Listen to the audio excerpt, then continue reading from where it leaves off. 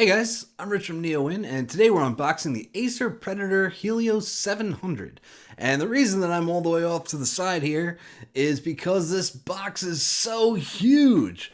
FedEx dropped it off today. They said, "You always get the heavy stuff." I said, well, okay. I mean, where were you when I got the Samsung Galaxy Book S? But yeah, this is a beast of a machine. Okay, so we got the specs on the side, and this thing is spec'd out. It actually starts at $21.99, but this model costs $39.99. And in this machine, we have an Intel Core i9-9980HK. That is the top of the line from the Coffee Lake Refresh H series. Top of the line Core i9. K means it's unlocked for overclocking. It's got a 17.3-inch Full HD, 144 hertz display, an Nvidia GeForce RTX 2080 with 8 gigs GDDR6, 32 gigs of DDR4 2666 megahertz memory, 1024 gig SSD, that's a terabyte, and 72 watt hour battery. So this is spec'd out. This is the top of the line Predator Helios 700, and it has some pretty cool features. So let's get this out of the box. We'll take a look at. It's got a pretty unique keyboard. All right, so there we have it. Now you can see the keyboard actually folds out, and the interesting thing about that is that's actually for thermals. Now it serves as a palm rest when you're typing if you wanted to, but it's also for thermals. It allows for more air intake, and so it's automatically gonna overclock the CPU when you do that. So let's get the box open and let's get this PC out of it. Okay, we're up to our third box now. Like seriously, I think this is like a cartoon now at this point. By the way, this is a very heavy machine. It's not, like any gaming laptop. It's not light by any means. It actually weighs in at 10.6 pounds. So, it's kind of what you get with a gaming laptop. Now, there are several levels of gaming laptop, and this is enthusiast level, right? If you're spending this much on a gaming laptop, you're going for top level performance. That any extra frame rate, any better graphics, that's what you want. You want ray tracing with the 2080. There are different levels, right? So Acer has, for casual gaming, they have the Nitro series, and that's fine if you don't play games a lot. Really, it's like if you want to work but you want the ability to play as well. Now, and then you have lower level, they also have the Predator Helios 300, which is more of a mainstream gaming laptop. That's something where you want to play games and you want to be able to play them well. You want to be able to play some top end games. You could go for that Helios 300 or something like that in that price range of, something like $1,500 to $2,000. This is something where you might be playing games professionally, esports type of deal. This is, you can see, this is not a thin device. It is thick, it is heavy, it is powerful. Okay, and if we open this up, we could just take a look inside here, and this is a beast. And before we go any further, let's just take a look at what else is in the box. Even the charger is heavy. So this is the charging cable here. Giant power brick, which is going to be, this is a 330 watt power adapter. Obviously, it's a barrel charger. It has to be that way. Pretty much all gaming laptops have that sort of barrel charger or some kind of. It's not going to charge through USB Type-C because USB Type-C only goes up to about 100 watts with power delivery. So there would need to be some proprietary stuff going on there.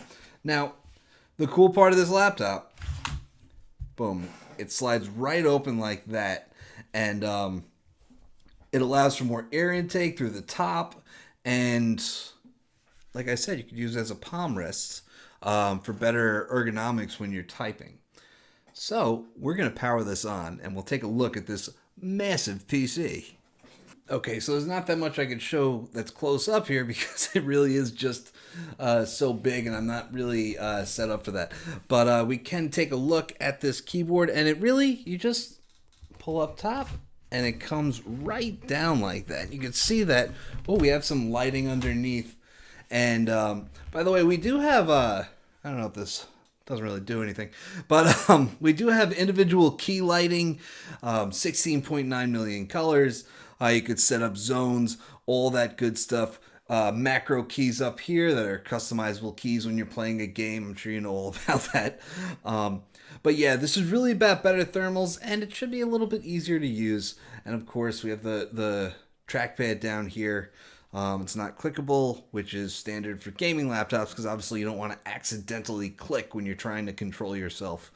Okay, we could take a look at the ports around the sides. Which, by the way, this thing, did I tell you this thing is big? Yeah, so 2 USB Type A, Ethernet.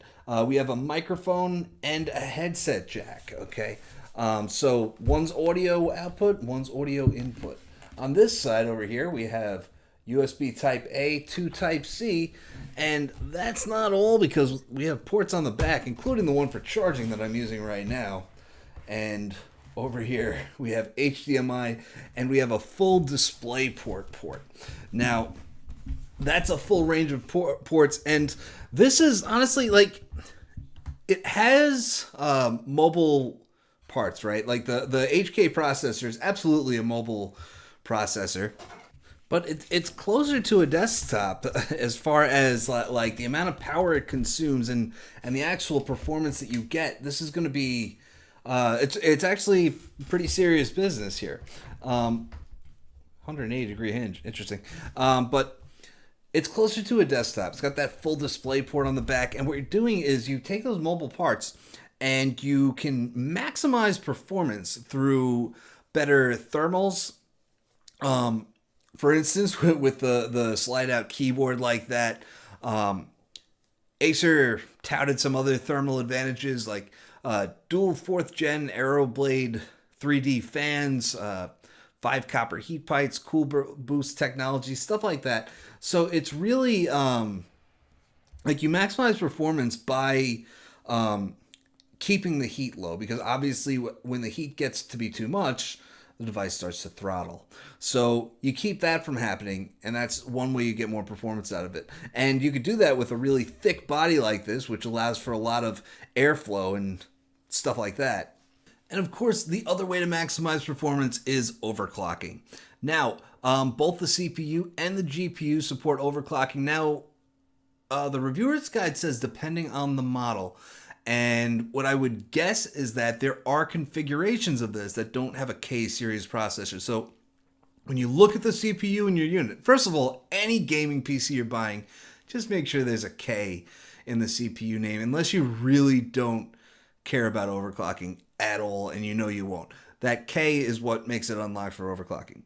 Now, there are 4 levels of overclocking. There's normal, fast, boosted, and extreme. Now, normal and fast are available just like this.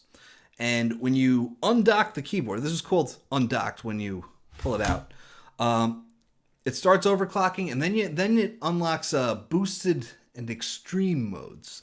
Okay, so that's when you're going all out. CPU and GPU are going at their top performance, and you know, it is what it is. So I'm going to start loading this up with games. Now, if anybody has any suggestions for what games I should play, let me know.